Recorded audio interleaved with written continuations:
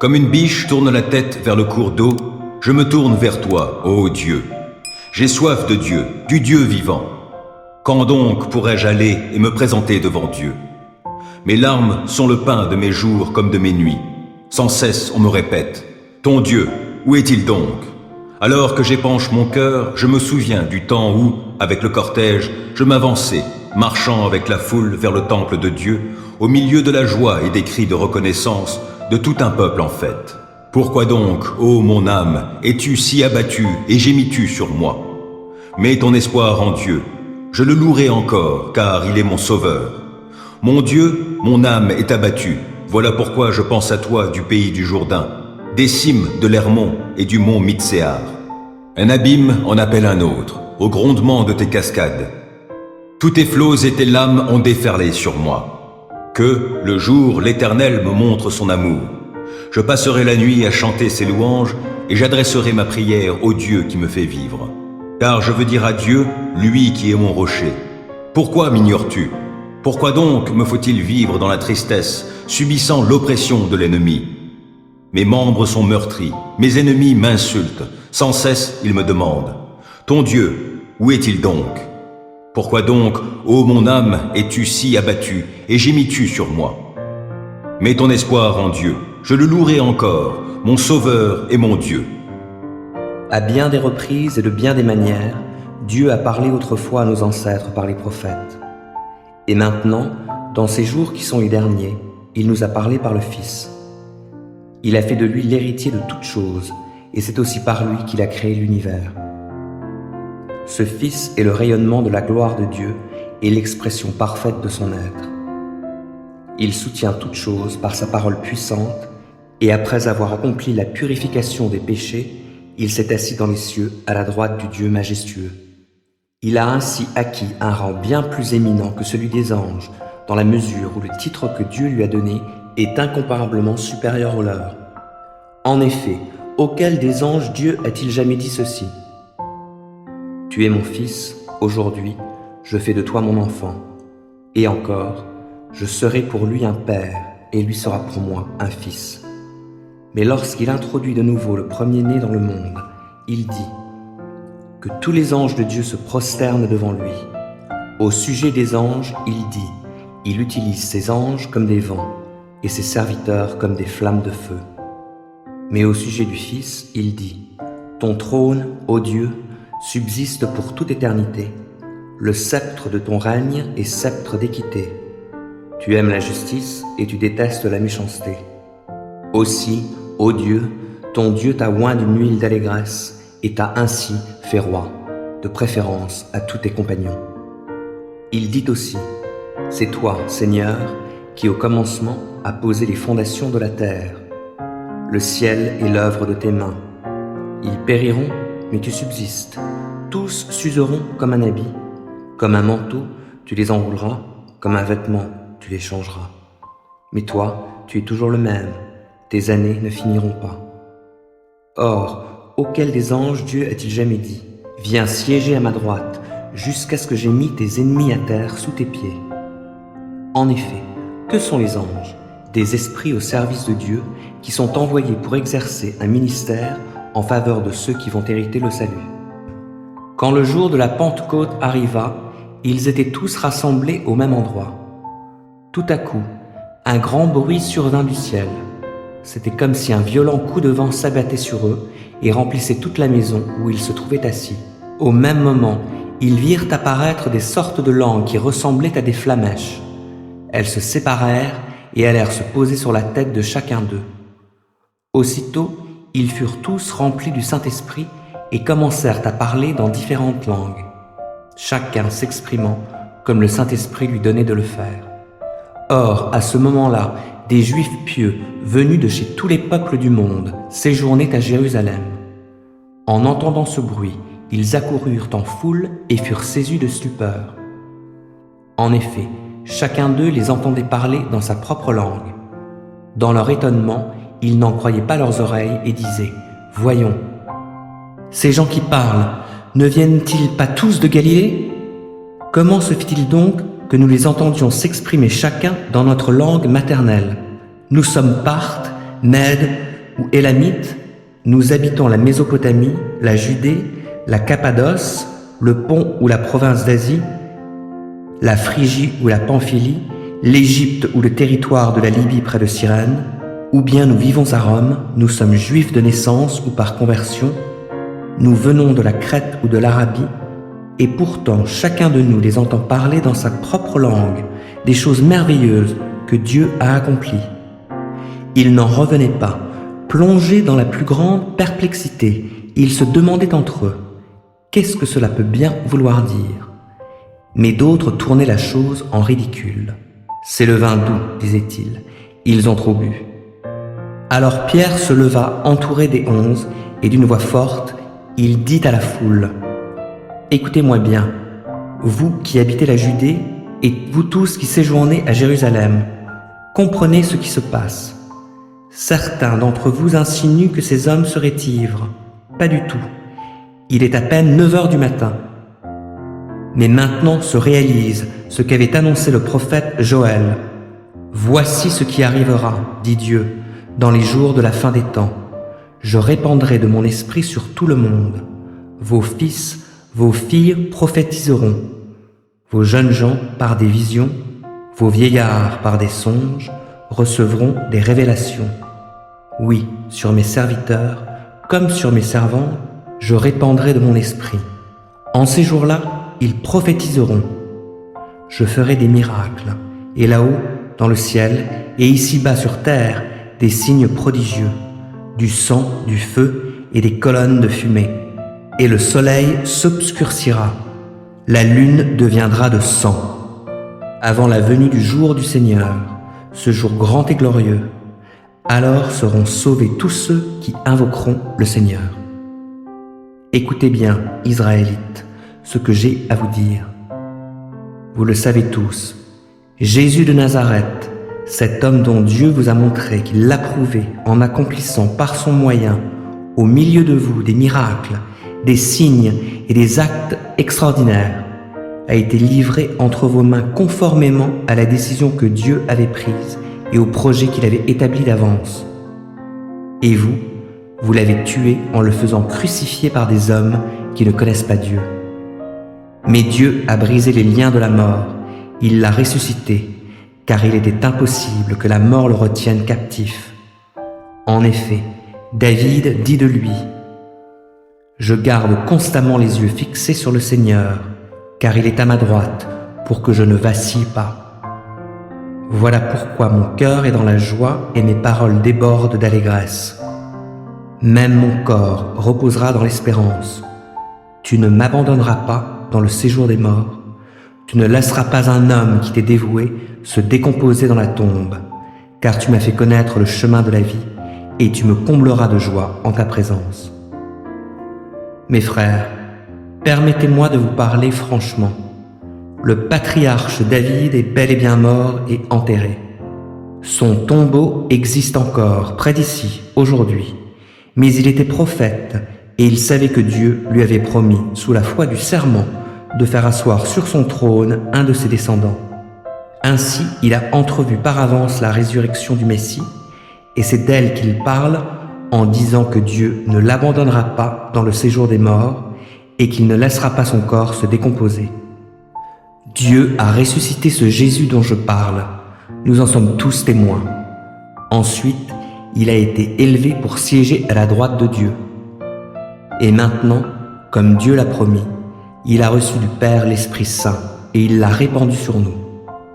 C'est là ce que vous voyez et entendez. En effet, David, lui, n'est pas monté au ciel, mais il a dit « Le Seigneur a dit à mon Seigneur, viens siéger à ma droite, jusqu'à ce que j'ai mis tes ennemis à terre sous tes pieds. » Voici donc ce que tout le peuple d'Israël doit savoir avec une entière certitude. Dieu a fait Seigneur et Messie ce Jésus que vous avez crucifié. Ce discours toucha profondément ceux qui l'avaient entendu. Ils demandèrent à Pierre et aux autres apôtres, « Frères, que devons-nous faire ?» Pierre leur répondit, « Changez, et que chacun de vous se fasse baptiser au nom de Jésus-Christ, pour que vos péchés vous soient pardonnés. Alors, vous recevrez le don du Saint-Esprit.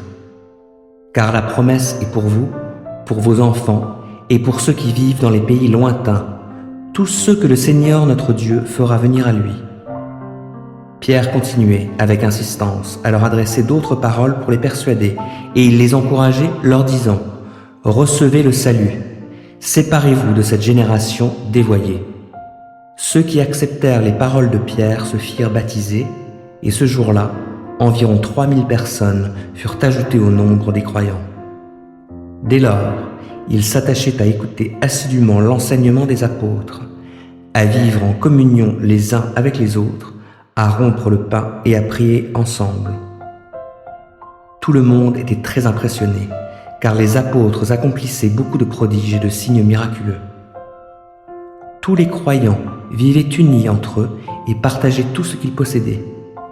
Ils vendaient leurs propriétés et leurs biens et répartissaient l'argent entre tous, selon les besoins de chacun. Tous les jours, d'un commun accord, ils se retrouvaient dans la cour du temple. Ils rompaient le pain dans les maisons et prenaient leur repas dans la joie, avec simplicité de cœur. Ils louaient Dieu et le peuple tout entier leur était favorable. Le Seigneur ajoutait chaque jour à leur communauté ceux qu'il sauvait. Déclaration de l'Éternel. Il dit à mon Seigneur : Viens siéger à ma droite, jusqu'à ce que j'aie mis tes ennemis à terre sous tes pieds. L'Éternel étendra de Sion ton pouvoir royal, et tu domineras parmi tes ennemis. Au jour où tu ranges tes forces en ordre de bataille, ton peuple est plein d'ardeur, et, du sein de l'aurore, dans de saintes parures, tous tes jeunes guerriers se presseront vers toi comme née la rosée. L'Éternel l'a juré, il ne reviendra pas sur son engagement. Tu seras prêtre pour toujours, selon la ligne de Melchisédek. Le Seigneur, à ta droite, va écraser des rois au jour de sa colère. Il exerce le jugement parmi les peuples. Les cadavres s'entassent, il écrase des chefs de par la terre entière. En chemin, le roi s'abreuve au torrent, puis relève la tête. Mon peuple, écoute mon enseignement, sois attentif à ce que je vais dire. J'énoncerai des propos instructifs, j'évoquerai des secrets du passé. Nous avons entendu et nous savons ce que nos pères nous ont raconté. Nous n'allons pas le cacher à leurs descendants. Nous redirons à la génération suivante les œuvres glorieuses de l'Éternel, les puissants actes et les prodiges qu'il a accomplis. Il a fixé une règle en Jacob, établi une loi en Israël, et il a ordonné à nos ancêtres d'enseigner tout cela à leurs enfants, afin que la génération suivante puisse l'apprendre et que les enfants qui viendront à naître se lèvent à leur tour pour l'enseigner à leurs propres enfants, afin qu'ils placent leur confiance en Dieu, qu'ils n'oublient pas comment Dieu a agi, et qu'ils observent ses commandements, qu'ils ne ressemblent pas à leurs ancêtres, génération indocile et rebelle, génération au cœur trop inconstant, dont l'esprit n'était pas fidèle à Dieu. Les hommes d'Éphraïm, armés de l'arc, ont tourné le dos au jour du combat. Ils n'ont pas respecté l'alliance de Dieu, ils ont refusé de suivre sa loi. Ils ont oublié ses exploits et les hauts faits opérés sous leurs yeux. Devant leur père, Dieu avait fait des prodiges au champ de Tsoan, au pays d'Égypte. Il a fendu la mer et il les a fait traverser. Il a dressé les eaux tout comme un mur. Il les guidait, le jour par la nuée et la nuit par la lumière d'un feu. Il a fendu des rochers au désert et les a abreuvés de torrents d'eau. Du roc, il a fait jaillir des rivières. Il en a fait sortir l'eau comme un fleuve. Mais ils péchaient contre lui sans arrêt. Ils bravaient le Très-Haut dans le désert. Dans leur cœur, ils ont mis Dieu au défi en réclamant à manger à leur goût. Ils ont tenu des propos contre lui, disant « Dieu pourrait-il dresser une table dans le désert ?» C'est ainsi qu'il a frappé le rocher. L'eau a coulé, des torrents ont jailli. Pourrait-il aussi nous donner du pain ou procurer de la viande à son peuple ? L'Éternel entendit, il s'emporta et un feu s'alluma contre Jacob. Sa colère éclata contre Israël, car il n'avait pas fait confiance à Dieu. Il n'avait pas compté sur son secours. Il donna ordre aux nuages d'en haut, et il ouvrit les écluses du ciel. Pour les nourrir, il fit pleuvoir sur eux la manne, et il leur donna le froment du ciel. Chacun mangea de ce pain des puissants. Dieu leur fournit à satiété des vivres. Il fit souffler le vent d'est dans le ciel, et par sa force, il fit venir le vent du sud. Il fit pleuvoir de la viande sur eux, aussi abondante que la poussière. Il fit tomber une nuée d'oiseaux, aussi nombreux que le sable des mers. Il les fit tomber au milieu du camp, autour du lieu où se dressait leur tente. Ils en mangèrent jusqu'à satiété. Dieu leur avait servi ce qu'ils voulaient. Mais leur envie n'était pas assouvie. Ils avaient encore la viande à la bouche que la colère de Dieu éclata contre eux. Alors il frappa les plus vigoureux, abattant les jeunes gens d'Israël. Malgré cela, ils ont péché encore. Ils n'ont pas eu foi malgré ces prodiges. Il fit s'évanouir leurs jours de façon lamentable et terminer leurs années dans l'angoisse. Dieu les frappait, ils se tournaient vers lui, ils revenaient à lui en le suppliant instamment, se souvenant qu'il était leur rocher, que le Dieu Très-Haut était leur libérateur. Mais s'ils priaient, c'était pour le tromper. Les propos qu'ils lui tenaient n'étaient pas sincères, car leur cœur n'était pas droit envers lui, à son alliance, ils n'étaient pas fidèles. Lui, cependant, rempli de compassion, leur pardonnait au lieu de les détruire, et bien souvent détournait sa colère, ne voulant pas déchaîner toute sa fureur. Il considérait qu'ils étaient fragiles, un souffle qui passe et ne revient plus. Que de fois ils se sont rebellés contre lui dans le désert et l'ont offensé dans les lieux arides. À nouveau, ils mettaient Dieu au défi et ils attristaient le Saint d'Israël. Car ils oubliaient son œuvre puissante, comment il les avait sauvés de l'oppresseur en Égypte. Il avait fait des miracles et, au pays de Tsoan, des prodiges. Canaux et rivières changés en sang, nul ne pouvait plus s'y désaltérer. Mouches venimeuses qui les piquaient, grenouilles qui causaient leur ruine, leurs récoltes livrées aux sauterelles et le fruit de leur labeur aux criquets, leurs vignes ravagées par des grêlons et leurs figuiers sous les effets du gel, leurs troupeaux abandonnés à la grêle et leur bétail décimé par la foudre. Il déchaîna contre eux son ardente colère, son courroux, sa fureur, et les mit en détresse en envoyant une armée d'anges de malheur. Il donna libre cours à sa colère, et il ne leur épargna pas la mort. Au contraire, il les livra à la peste. Il frappa tous les fils aînés d'Égypte, les premiers fruits de leur virilité dans les logis de Cham. Comme un troupeau, il fit sortir son peuple, et il les conduisit dans le désert, tout comme un berger conduit ses brebis. Il les conduisit en sécurité, les préservant de tout sujet de crainte, et la mer engloutit leurs ennemis. Il les fit ensuite venir sur son territoire sacré. Il les conduisit jusqu'à la montagne qu'il s'était par lui-même acquise. Il chassa devant eux des peuples étrangers, et il attribua à chacun par le sort une part du pays en patrimoine. Il installa les tribus d'Israël dans les demeures des Cananéens. Mais ils ont voulu forcer la main au Dieu Très-Haut, et ils se sont rebellés contre lui. Ils n'ont pas respecté ses lois. Ils se sont dérobés et se sont montrés traîtres, tout comme leurs ancêtres. On ne pouvait pas leur faire confiance, pas plus qu'à l'arc dont la flèche dévie. Ils l'ont irrité avec leur haut lieu. Par leurs idoles, ils ont provoqué sa vive indignation. Dieu l'entendit, il se mit en colère et il prit Israël en aversion. Il délaissa sa maison de Silo, le tabernacle où il résidait parmi les humains. Il laissa partir en captivité le coffre sacré, trône de sa force, et livra aux ennemis sa splendeur. En colère contre les siens, il abandonna son peuple à l'épée. Le feu consuma ses adolescents, et l'on ne chanta plus l'éloge de ses jeunes mariés. Ses prêtres périrent sous les coups de l'épée, ses veuves n'eurent pas droit à des larmes. Mais, tout à coup, l'Éternel intervint, tel un dormeur sortant de sa torpeur, tel un guerrier exalté par le vin. Il frappa ses ennemis à revers, il les couvrit d'une honte éternelle. Il écarta la maison de Joseph, ne choisit pas la tribu d'Éphraïm. Mais il choisit la tribu de Juda, le mont Sion, qu'il prit en affection. C'est là qu'il édifia son sanctuaire, tels les lieux élevés, comme la terre établie pour toujours. Il a choisi son serviteur David, et il l'a tiré de ses bergeries. Il l'a pris du milieu de ses brebis, pour qu'il soit berger de Jacob, son peuple, et d'Israël, qui est sa possession. David fut pour eux un berger intègre, qui les guida d'une main avisée. Frères et sœurs, je vous rappelle l'évangile que je vous ai annoncé, que vous avez reçu et auquel vous demeurez attachés. C'est par cet évangile que vous êtes sauvés si vous le retenez tel que je vous l'ai annoncé. Autrement, vous auriez cru en vain. Je vous ai transmis comme un enseignement de première importance, ce que j'avais moi-même reçu. Christ est mort pour nos péchés, conformément aux Écritures. Il a été mis au tombeau, il est ressuscité le troisième jour, comme l'avaient annoncé les Écritures. Il est apparu à Pierre, puis aux 12. Après cela, il a été vu par plus de 500 frères à la fois, dont la plupart vivent encore aujourd'hui. Quelques-uns d'entre eux seulement sont morts. Ensuite, il est apparu à Jacques, puis à tous les apôtres. En tout dernier lieu, il m'est apparu à moi, comme un enfant né après terme. Oui, je suis le moindre des apôtres. Je ne mérite pas de porter le titre d'apôtre, puisque j'ai persécuté l'Église de Dieu. Ce que je suis à présent, c'est à la grâce de Dieu que je le dois, et cette grâce qu'il m'a témoignée n'a pas été inefficace. Loin de là, j'ai peiné à la tâche plus que tous les autres apôtres. Non pas moi, certes, mais la grâce de Dieu qui est avec moi. Bref, que ce soit eux ou que ce soit moi, voilà le message que nous proclamons, et voilà aussi ce que vous avez cru. Or, si nous proclamons que Christ est ressuscité, comment quelques-uns parmi vous peuvent-ils prétendre qu'il n'y a pas de résurrection des morts?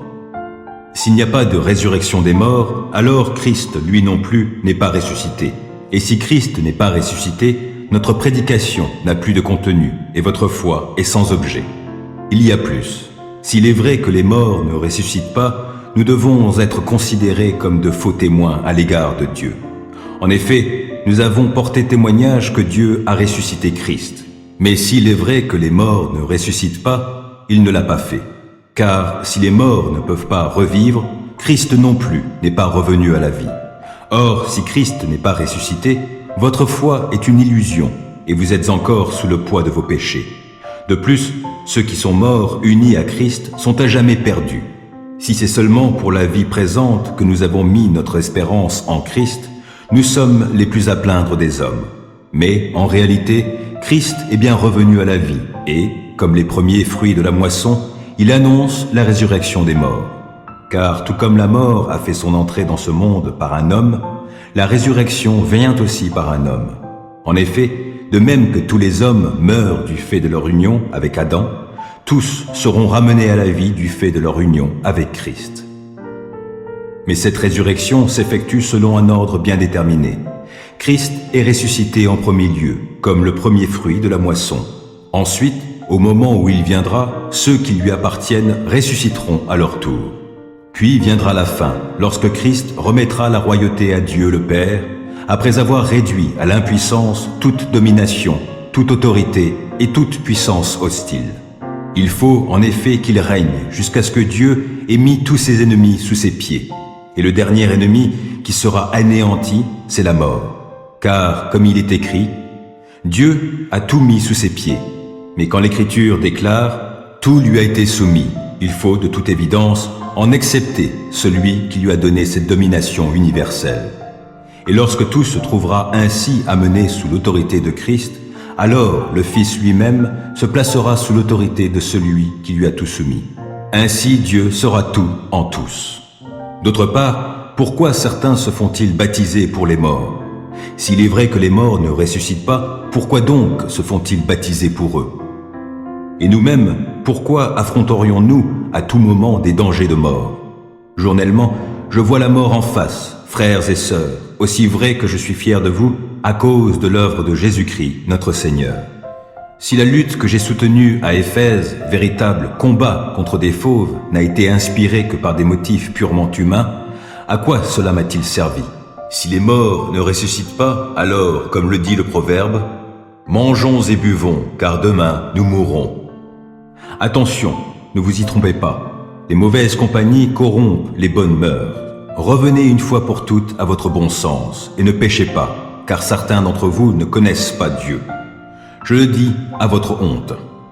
Mais demandera peut-être quelqu'un, comment les morts ressusciteront-ils? Avec quel corps reviendront-ils à la vie? Insensés que vous êtes! Dans la nature, la graine que vous semez ne peut reprendre vie qu'après être passée par la mort. Lorsque vous faites vos semailles, vous ne mettez pas en terre le corps que la plante aura quand elle aura poussé, mais une simple graine, un grain de blé par exemple, ou quelque autre semence. Et Dieu lui donne le corps qu'il veut. À chaque semence correspond un corps particulier. Tous les êtres vivants n'ont pas non plus la même chair.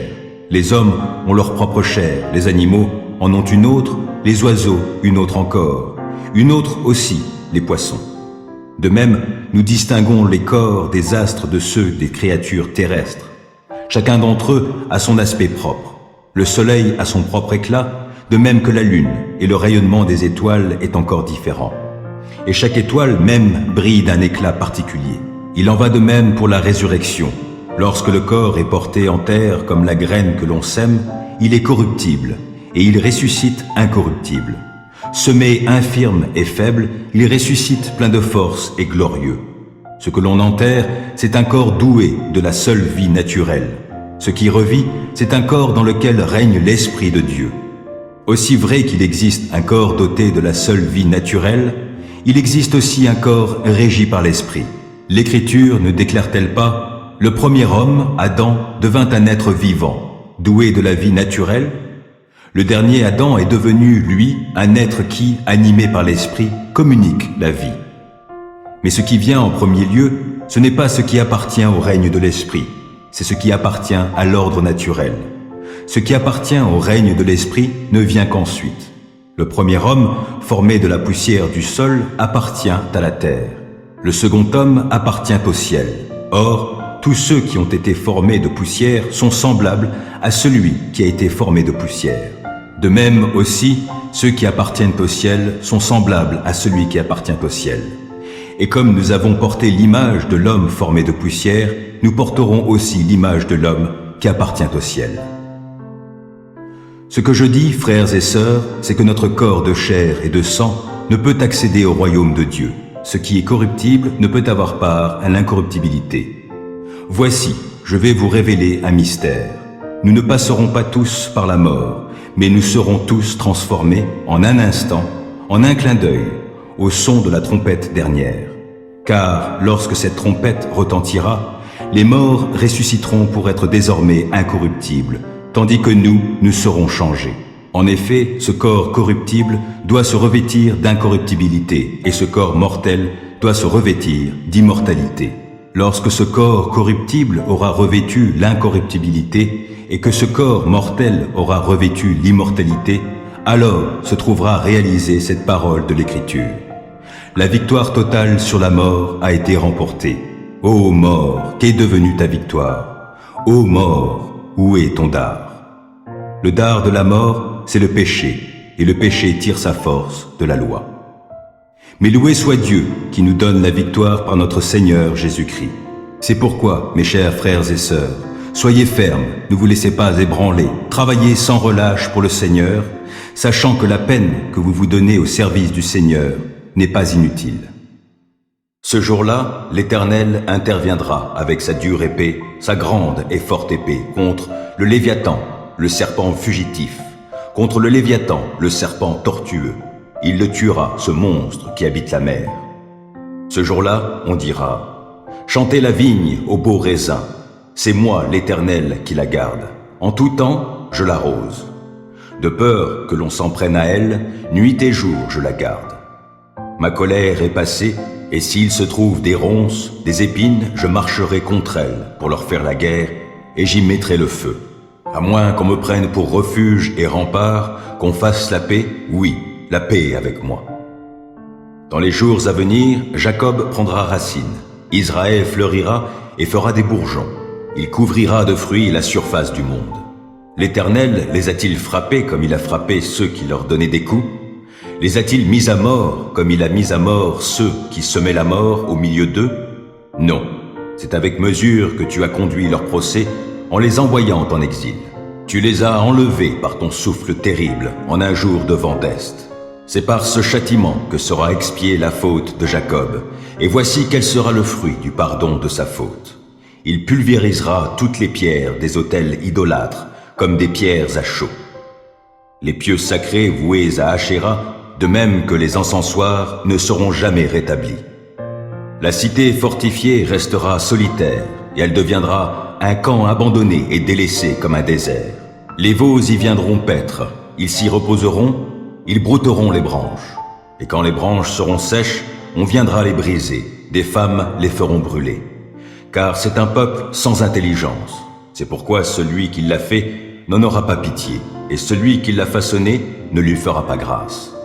En ce jour-là, l'Éternel secouera les arbres des rives de l'Euphrate jusqu'au torrent d'Égypte, et vous serez recueillis, vous, Israélites, un à un. En ce jour-là, le grand corps sonnera, ceux qui dépérissaient en Assyrie et tous ceux qui étaient exilés en Égypte viendront adorer l'Éternel sur la sainte montagne au milieu de Jérusalem. » Alors toute la communauté se souleva, se mit à pousser de grands cris, et le peuple passa toute la nuit à pleurer. Tous les Israélites critiquèrent Moïse et Aaron, et toute la communauté leur dit: « Si seulement nous étions morts en Égypte, ou du moins dans ce désert. Pourquoi l'Éternel veut-il nous mener dans ce pays-là pour nous y faire massacrer par l'épée, tandis que nos femmes et nos enfants deviendront la proie de nos ennemis? Ne ferions-nous pas mieux de retourner en Égypte ?» Ils se dirent l'un à l'autre: « Nommons-nous un chef et retournons en Égypte. » Moïse et Aaron tombèrent face contre terre en présence de toute l'assemblée réunie des Israélites. Josué, fils de Nun, et Caleb, fils de Jephunné, qui faisaient partie de ceux qui avaient exploré le pays, déchirèrent leurs vêtements et dirent à toute la communauté des Israélites: « Le pays que nous avons parcouru et exploré est un excellent pays. Si l'Éternel nous est favorable, il nous y mènera. Il nous donnera ce pays ruisselant de lait et de miel. Seulement, ne vous révoltez pas contre l'Éternel, et n'ayez pas peur des gens de ce pays, car nous n'en ferons qu'une bouchée. Leur ombre protectrice s'est éloignée d'eux, tandis que l'Éternel est avec nous. Ne les craignez donc pas. » Toute la communauté parlait de les lapider, quand la gloire de l'Éternel apparut sur la tente de la rencontre aux yeux de tous les Israélites. L'Éternel dit à Moïse: « Combien de temps ce peuple me méprisera-t-il encore ? Quand cessera-t-il de me refuser sa confiance, alors que j'ai produit au milieu d'eux tant de manifestations extraordinaires? Je vais le frapper de la peste pour l'exterminer, puis je formerai, à partir de toi, un peuple plus nombreux et plus puissant que lui. » Moïse répondit à l'Éternel: « Les Égyptiens savent que c'est toi qui as fait sortir ce peuple de chez eux par ta puissance.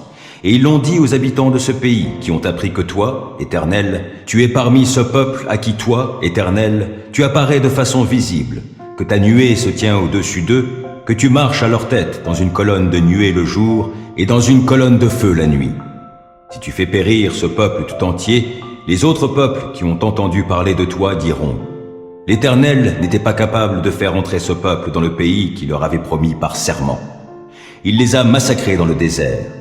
Maintenant, de grâce, que la puissance du Seigneur se manifeste dans toute sa force, selon ce que tu as déclaré en disant: « L'Éternel est patient et riche en amour, il pardonne faute et péché, mais il n'acquitte pas le coupable, et il fait payer au fils le péché des pères jusqu'à la 3e, voire la 4e génération.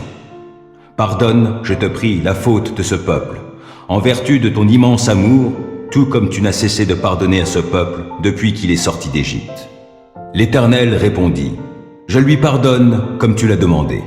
Néanmoins, aussi vrai que je suis vivant et que toute la terre sera remplie de la gloire de l'Éternel, aucun de ces hommes qui ont vu ma gloire et les manifestations extraordinaires que j'ai produites en Égypte et dans le désert, qui ont déjà 10 fois voulu me forcer la main et qui ne m'ont pas obéi, aucun de ces hommes ne verra le pays que j'ai promis par serment à leurs ancêtres.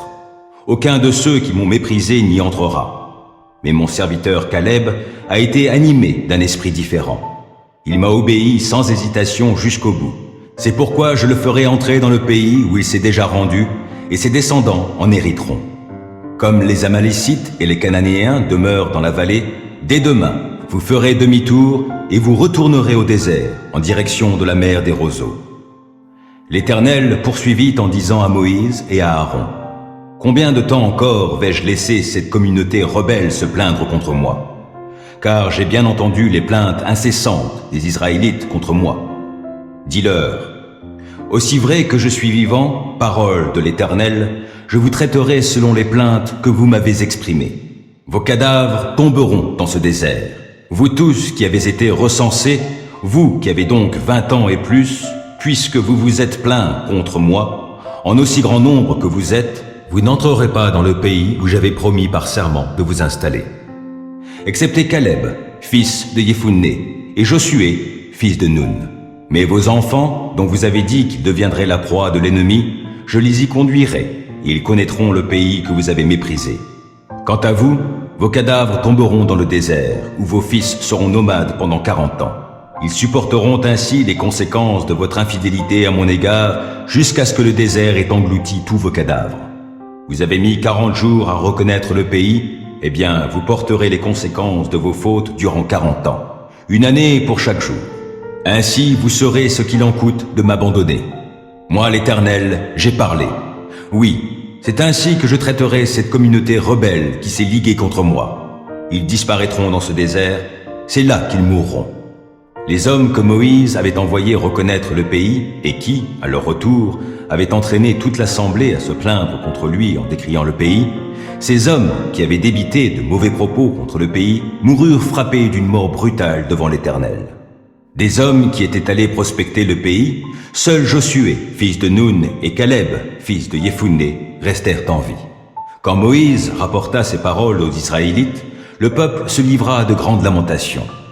Le lendemain, ils se levèrent de bon matin et montèrent vers les hauteurs de la région montagneuse en disant « Nous avons péché, mais à présent nous allons marcher vers le lieu dont l'Éternel a parlé. » Moïse leur déclara « Pourquoi passez-vous outre à ce qu'a dit l'Éternel ? Vous allez au-devant d'un échec. N'y allez pas, car l'Éternel n'est pas au milieu de vous. N'allez donc pas vous faire battre par vos ennemis. Car vous trouverez les Amalécites et les Cananéens sur votre chemin, et vous vous ferez massacrer.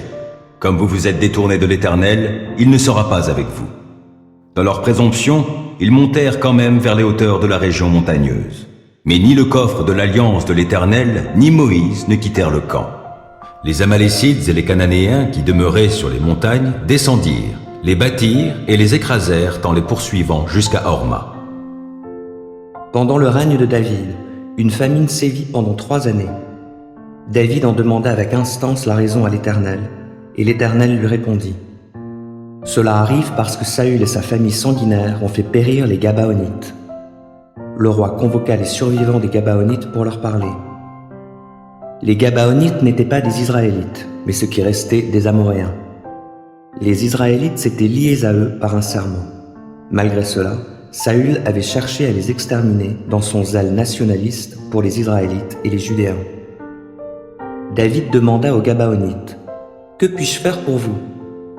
Comment pourrais-je expier le mal que vous avez subi, afin que vous bénissiez le peuple qui appartient à l'Éternel » Les Gabaonites lui répondirent « Ce n'est pas avec de l'argent ou de l'or que pourra se régler notre différend avec Saül et sa famille, et il ne nous appartient pas de faire mourir quelqu'un en Israël. » Le roi leur dit « Que demandez-vous donc ?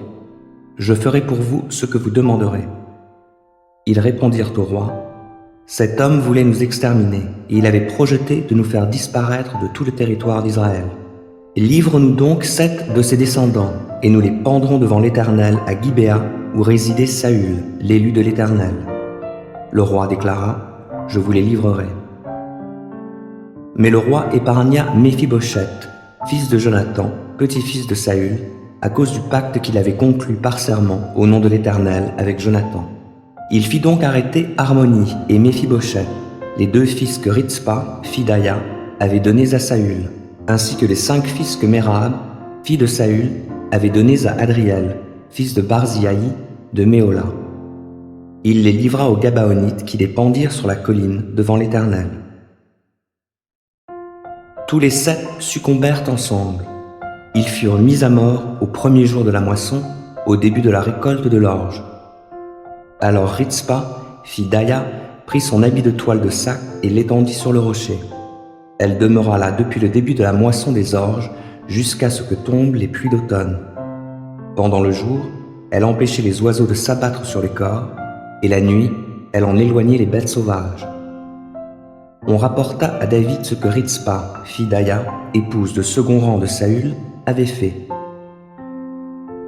Alors le roi alla demander les ossements de Saül et de son fils Jonathan aux notables de Yabesh en Galaad. Ceux-ci avaient en effet subtilisé leur corps de la place de Beth-Shan, où les Philistins les avaient attachés le jour où ils avaient vaincu Saül à Gilboa. Il fit venir de là les ossements de Saül et de son fils Jonathan, et les joignit à ceux des suppliciés. Il fit ensevelir les ossements de Saül et de Jonathan dans le territoire de Benjamin, à Tséla, dans le tombeau de Kish, père de Saül. On se conforma à tout ce que le roi avait ordonné. Après cela, Dieu se laissa fléchir et intervint en faveur du pays. Une nouvelle fois, il y eut guerre entre les Philistins et Israël. David et ses troupes se mirent en campagne pour combattre les Philistins. David était épuisé. Yishbi Benob, un descendant de Rapha, se vanta de tuer David. Il était ceint d'une épée neuve et portait un javelot dont la pointe de bronze pesait plus de 3 kilogrammes. Mais Abishai, fils de Tserouia, vint au secours de David et mit à mort le Philistin. Alors les hommes de David adjurèrent le roi de ne plus venir avec eux au combat pour ne pas risquer de mettre le guide d'Israël en péril. Plus tard, à l'occasion d'une nouvelle bataille avec les Philistins, à Gob, Sibécaï, le Hushatite, tua Sa, un descendant de Rapha. Lors d'un autre combat contre les Philistins à Gob, Elanan, fils de Yaharé Oregim de Bethléem, tua Goliath de Gath, qui avait une lance dont le bois était aussi gros que le cylindre d'un métier à tisser. Dans une autre bataille à Gath, un champion, lui aussi descendant de Rapha et qui avait 6 doigts à chaque main et à chaque pied, c'est-à-dire 24 en tout, lança un défi à Israël. Jonathan, fils de Chiméa, le frère de David, le tua. Ces 4 descendants de Rapha, nés à Gath, succombèrent devant David et ses hommes. À cette époque, Samuel mourut, et tout Israël se rassembla pour célébrer son deuil. On l'enterra chez lui, à Rama. David se mit en route et se retira au désert de Paran. À Maon vivait un homme très riche, qui avait des propriétés dans le village de Carmel. Il possédait 3000 moutons et 1000 chèvres. À cette époque, il se trouvait à Carmel pour la tonte de ses moutons. Cet homme, un descendant de Caleb, s'appelait Nabal. Sa femme, Abigail, était très intelligente et belle, tandis que son mari était dur et méchant. David apprit au désert que Nabal pondait ses moutons. Il chargea 10 de ses hommes d'aller le trouver à Carmel et de le saluer de sa part. « Voici comment vous lui parlerez, leur dit-il. Longue vie à toi, que la paix soit avec toi et avec ta maison, que toutes tes affaires prospèrent. J'apprends qu'on fait la tonte de tes moutons. Tant que tes bergers ont été avec nous, nous ne leur avons fait aucun tort. Rien n'a été dérobé de leurs troupeaux pendant tout leur séjour à Carmel. Interroge tes serviteurs, ils te le confirmeront. Puissent donc mes serviteurs trouver également bon accueil auprès de toi, puisque nous arrivons en ce jour de fête. Donne-leur donc, je te prie, ce que tu auras sous la main pour tes serviteurs et ton fils David. » Les jeunes compagnons de David allèrent et répétèrent à Nabal toutes ces paroles au nom de David. Puis ils attendirent. Nabal leur répondit, « Qui est David et qui est le fils d'Isaïe ? De nos jours, il y a trop de serviteurs qui s'enfuient de chez leur maître.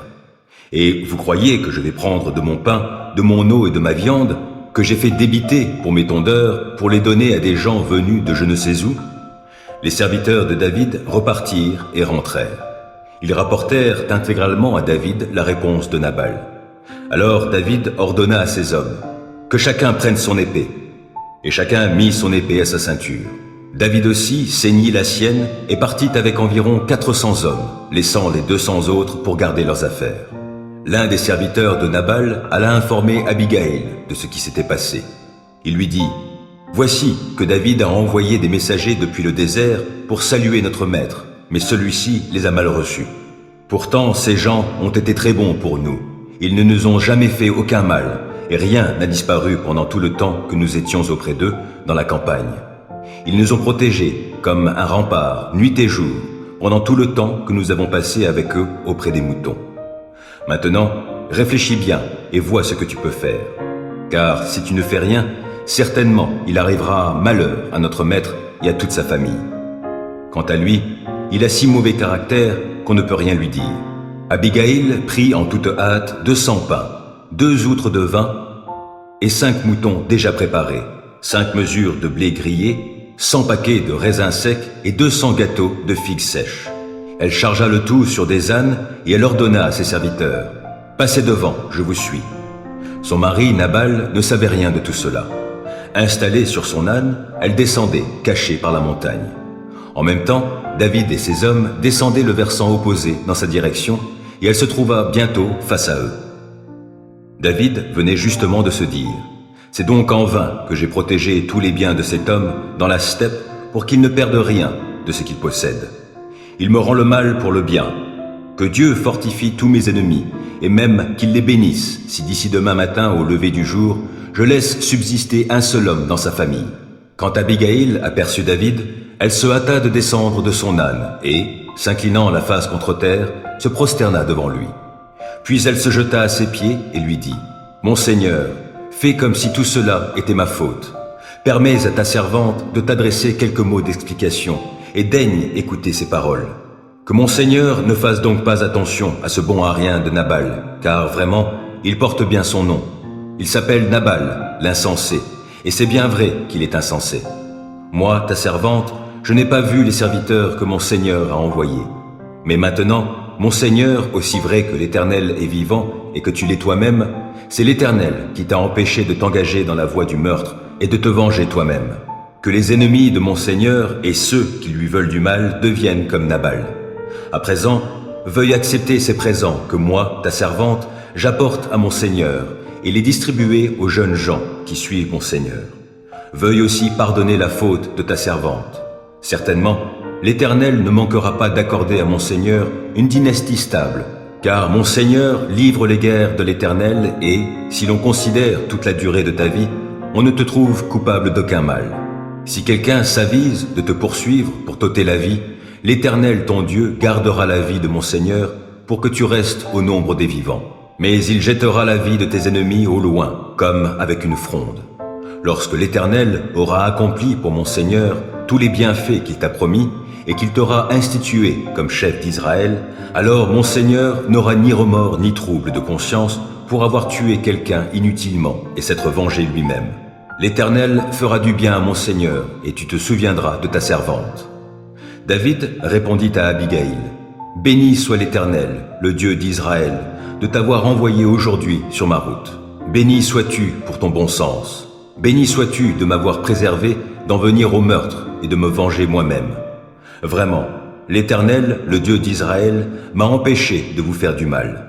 Car je te le jure, aussi vrai qu'il est vivant, si tu n'étais pas venu me trouver si rapidement, il ne serait pas resté un seul homme à Nabal d'ici demain matin. » David accepta les présents qu'elle lui avait apportés et lui dit « Rentre chez toi en paix, je t'ai entendu et j'agirai comme tu me l'as demandé. » Lorsqu'Abigaïl arriva à la maison, elle y trouva Nabal en train de festoyer comme un roi.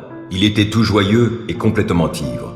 Aussi ne le mit-elle au courant de rien avant le lendemain matin.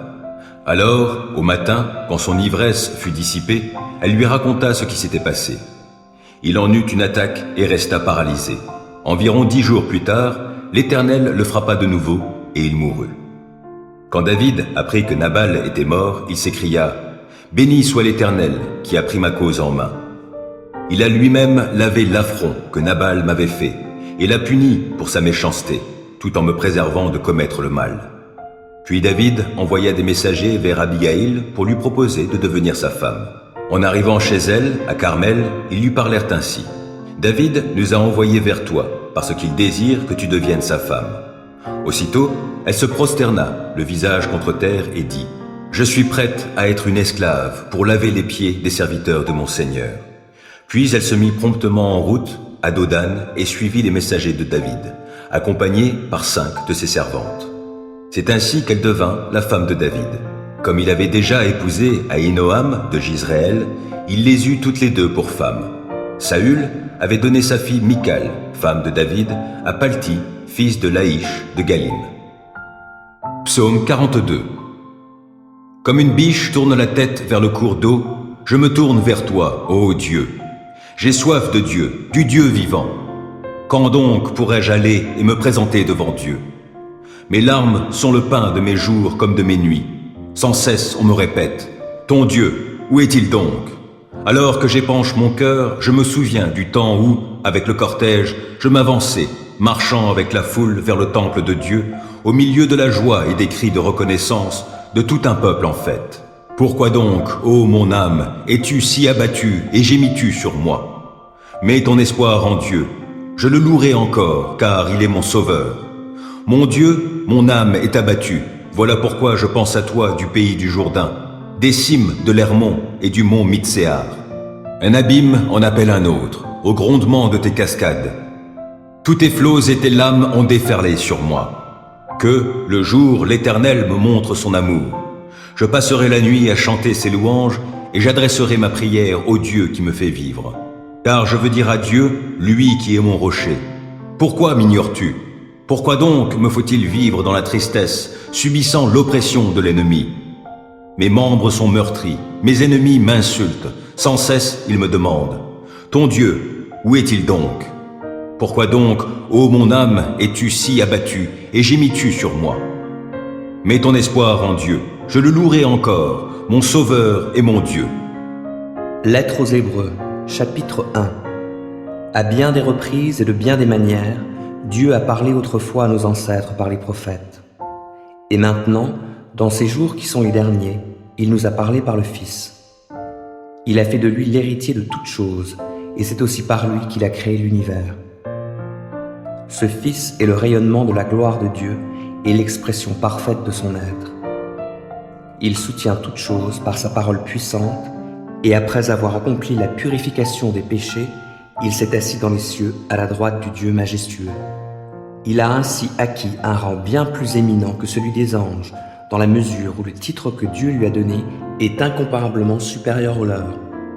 En effet, auquel des anges Dieu a-t-il jamais dit ceci? Tu es mon fils, aujourd'hui, je fais de toi mon enfant. Et encore, je serai pour lui un père, et lui sera pour moi un fils. Mais lorsqu'il introduit de nouveau le premier-né dans le monde, il dit que tous les anges de Dieu se prosternent devant lui.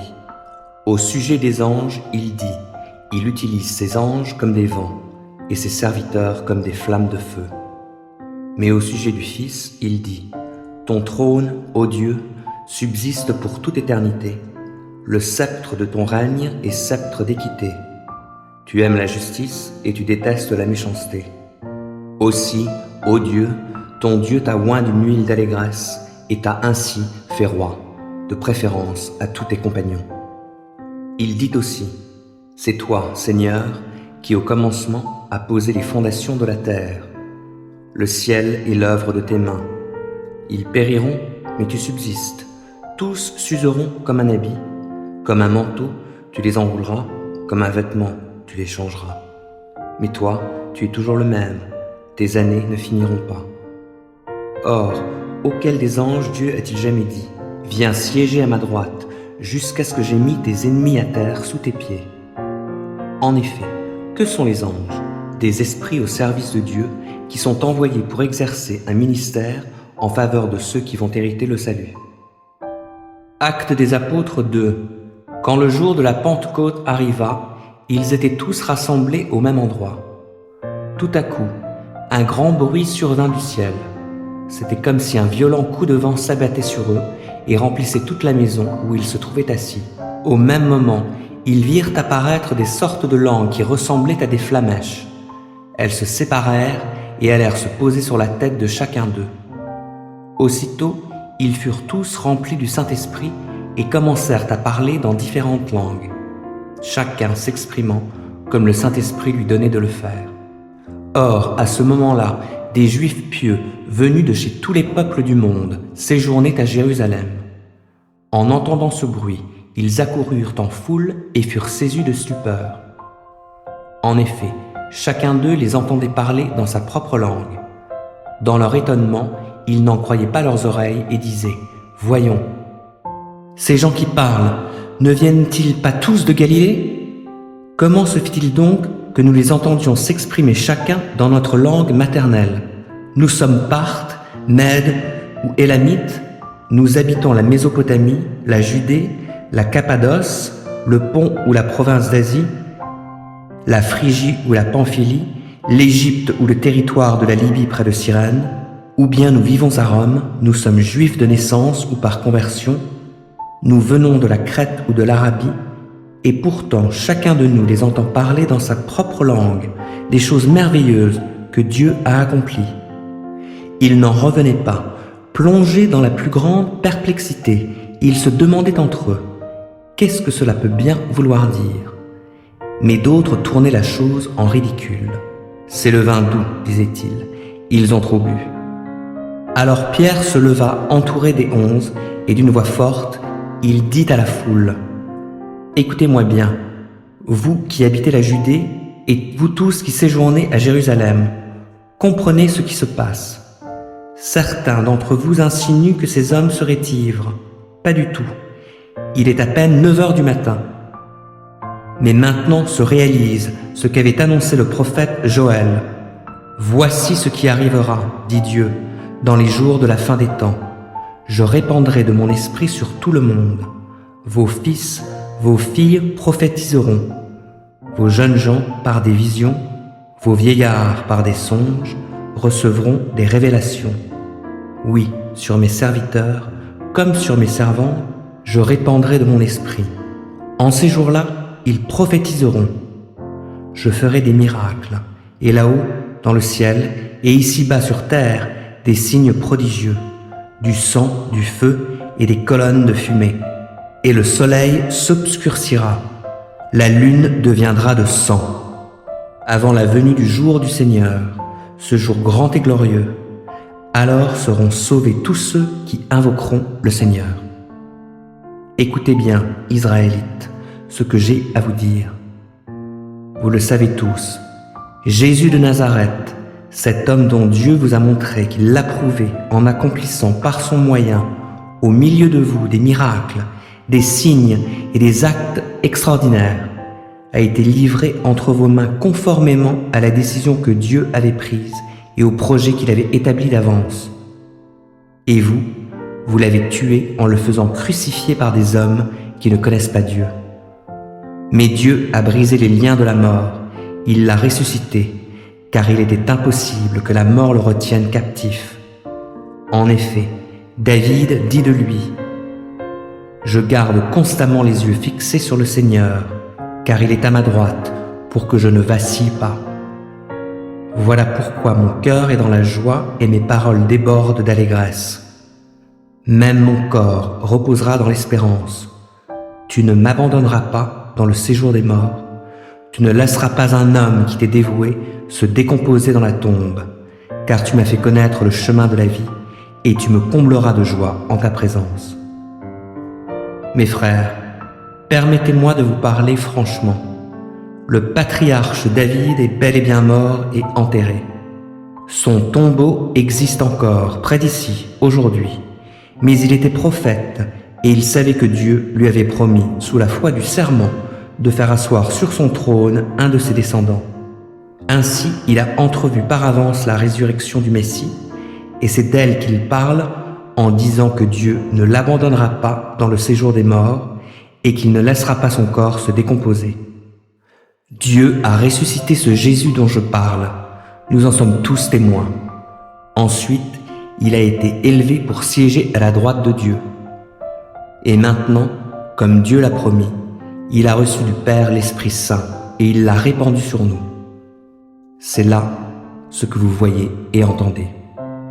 En effet, David, lui, n'est pas monté au ciel, mais il a dit « Le Seigneur a dit à mon Seigneur, viens siéger à ma droite, jusqu'à ce que j'ai mis tes ennemis à terre sous tes pieds. » Voici donc ce que tout le peuple d'Israël doit savoir avec une entière certitude. Dieu a fait Seigneur et Messie ce Jésus que vous avez crucifié. Ce discours toucha profondément ceux qui l'avaient entendu. Ils demandèrent à Pierre et aux autres apôtres, « Frères, que devons-nous faire ?» Pierre leur répondit, « Changez, et que chacun de vous se fasse baptiser au nom de Jésus-Christ, pour que vos péchés vous soient pardonnés. Alors, vous recevrez le don du Saint-Esprit. Car la promesse est pour vous, pour vos enfants et pour ceux qui vivent dans les pays lointains, tous ceux que le Seigneur notre Dieu fera venir à lui. » Pierre continuait avec insistance à leur adresser d'autres paroles pour les persuader, et il les encourageait, leur disant « Recevez le salut, séparez-vous de cette génération dévoyée. » Ceux qui acceptèrent les paroles de Pierre se firent baptiser, et ce jour-là, environ 3000 personnes furent ajoutées au nombre des croyants. Dès lors, ils s'attachaient à écouter assidûment l'enseignement des apôtres, à vivre en communion les uns avec les autres, à rompre le pain et à prier ensemble. Tout le monde était très impressionné, car les apôtres accomplissaient beaucoup de prodiges et de signes miraculeux. Tous les croyants vivaient unis entre eux et partageaient tout ce qu'ils possédaient. Ils vendaient leurs propriétés et leurs biens et répartissait l'argent entre tous, selon les besoins de chacun. Tous les jours, d'un commun accord, ils se retrouvaient dans la cour du temple. Ils rompaient le pain dans les maisons et prenaient leur repas dans la joie, avec simplicité de cœur. Ils louaient Dieu et le peuple tout entier leur était favorable. Le Seigneur ajoutait chaque jour à leur communauté ceux qu'il sauvait. Psaume 110. Déclaration de l'Éternel. Il dit à mon Seigneur, « Viens siéger à ma droite, jusqu'à ce que j'aie mis tes ennemis à terre sous tes pieds. L'Éternel étendra de Sion ton pouvoir royal, et tu domineras parmi tes ennemis. Au jour où tu ranges tes forces en ordre de bataille, ton peuple est plein d'ardeur, et, du sein de l'aurore, dans de saintes parures, tous tes jeunes guerriers se presseront vers toi comme née la rosée. L'Éternel l'a juré, il ne reviendra pas sur son engagement. Tu seras prêtre pour toujours, selon la ligne de Melchisédek. Le Seigneur, à ta droite, va écraser des rois au jour de sa colère. Il exerce le jugement parmi les peuples. Les cadavres s'entassent, il écrase des chefs de par la terre entière. En chemin, le roi s'abreuve au torrent, puis relève la tête. Psaume 78. Mon peuple, écoute mon enseignement, sois attentif à ce que je vais dire. J'énoncerai des propos instructifs, j'évoquerai des secrets du passé. Nous avons entendu et nous savons ce que nos pères nous ont raconté. Nous n'allons pas le cacher à leurs descendants. Nous redirons à la génération suivante les œuvres glorieuses de l'Éternel, les puissants actes et les prodiges qu'il a accomplis. Il a fixé une règle en Jacob, établi une loi en Israël, et il a ordonné à nos ancêtres d'enseigner tout cela à leurs enfants, afin que la génération suivante puisse l'apprendre et que les enfants qui viendront à naître se lèvent à leur tour pour l'enseigner à leurs propres enfants, afin qu'ils placent leur confiance en Dieu, qu'ils n'oublient pas comment Dieu a agi, et qu'ils observent ses commandements, qu'ils ne ressemblent pas à leurs ancêtres, génération indocile et rebelle, génération au cœur trop inconstant, dont l'esprit n'était pas fidèle à Dieu. Les hommes d'Éphraïm, armés de l'arc, ont tourné le dos au jour du combat. Ils n'ont pas respecté l'alliance de Dieu, ils ont refusé de suivre sa loi. Ils ont oublié ses exploits et les hauts faits opérés sous leurs yeux. Devant leur père, Dieu avait fait des prodiges au champ de Tsoan, au pays d'Égypte. Il a fendu la mer et il les a fait traverser. Il a dressé les eaux tout comme un mur. Il les guidait, le jour par la nuée et la nuit par la lumière d'un feu. Il a fendu des rochers au désert et les a abreuvés de torrents d'eau. Du roc, il a fait jaillir des rivières. Il en a fait sortir l'eau comme un fleuve. Mais ils péchaient contre lui sans arrêt. Ils bravaient le Très-Haut dans le désert. Dans leur cœur, ils ont mis Dieu au défi en réclamant à manger à leur goût. Ils ont tenu des propos contre lui disant « Dieu pourrait-il dresser une table dans le désert ?» C'est ainsi qu'il a frappé le rocher. L'eau a coulé, des torrents ont jailli. Pourrait-il aussi nous donner du pain ou procurer de la viande à son peuple? L'Éternel entendit, il s'emporta et un feu s'alluma contre Jacob. Sa colère éclata contre Israël, car il n'avait pas fait confiance à Dieu. Il n'avait pas compté sur son secours. Il donna ordre aux nuages d'en haut, et il ouvrit les écluses du ciel. Pour les nourrir, il fit pleuvoir sur eux la manne, et il leur donna le froment du ciel. Chacun mangea de ce pain des puissants. Dieu leur fournit à satiété des vivres. Il fit souffler le vent d'est dans le ciel, et par sa force, il fit venir le vent du sud. Il fit pleuvoir de la viande sur eux, aussi abondante que la poussière. Il fit tomber une nuée d'oiseaux, aussi nombreux que le sable des mers. Il les fit tomber au milieu du camp, autour du lieu où se dressaient leurs tentes. Ils en mangèrent jusqu'à satiété. Dieu leur avait servi ce qu'ils voulaient. Mais leur envie n'était pas assouvie. Ils avaient encore la viande à la bouche que la colère de Dieu éclata contre eux. Alors il frappa les plus vigoureux, abattant les jeunes gens d'Israël. Malgré cela, ils ont péché encore. Ils n'ont pas eu foi malgré ses prodiges.